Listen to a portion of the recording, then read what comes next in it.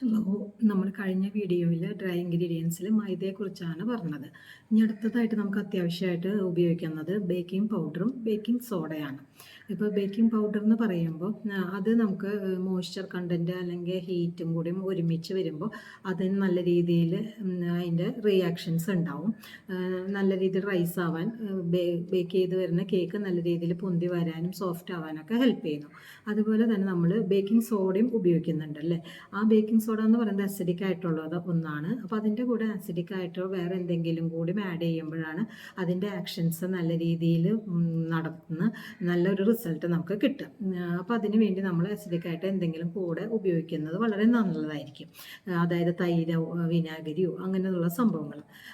അപ്പോൾ നമ്മൾ ബേക്കിംഗ് പൗഡറും ബേക്കിംഗ് സോഡയും ചില എഗ്ലെസ് കേക്കാണെങ്കിൽ നമുക്ക് ബേക്കിംഗ് സോഡ എന്തായാലും ഒഴിച്ചുകൂടാൻ പറ്റില്ല. എന്നാൽ എഗ്ഗ് കേക്കാണ്, നമ്മൾ എഗ്ഗ് മുട്ട ഇട്ടിട്ട് ചെയ്യുന്ന കേക്കുകളാണെങ്കിൽ നമുക്ക് ബേക്കിംഗ് പൗഡർ തന്നെ ധാരാളമാണ്.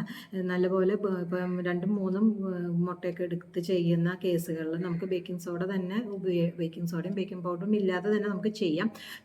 പക്ഷേ എന്നിരുന്നാലും ബേക്കിംഗ് പൗഡർ ഉപയോഗിക്കുകയാണെങ്കിൽ പോലും ബേക്കിംഗ് സോഡ നമുക്ക് എല്ലാ സമയത്തും ഉപയോഗിച്ചില്ലെങ്കിലും കുഴപ്പമില്ല. അപ്പോൾ അങ്ങനെയാണ് നമ്മൾ ബേക്കിംഗ് പൗഡറും ബേക്കിംഗ് സോഡയും എടുത്ത് ഉപയോഗിക്കുമ്പോൾ ശ്രദ്ധിക്കേണ്ട കാര്യങ്ങൾ.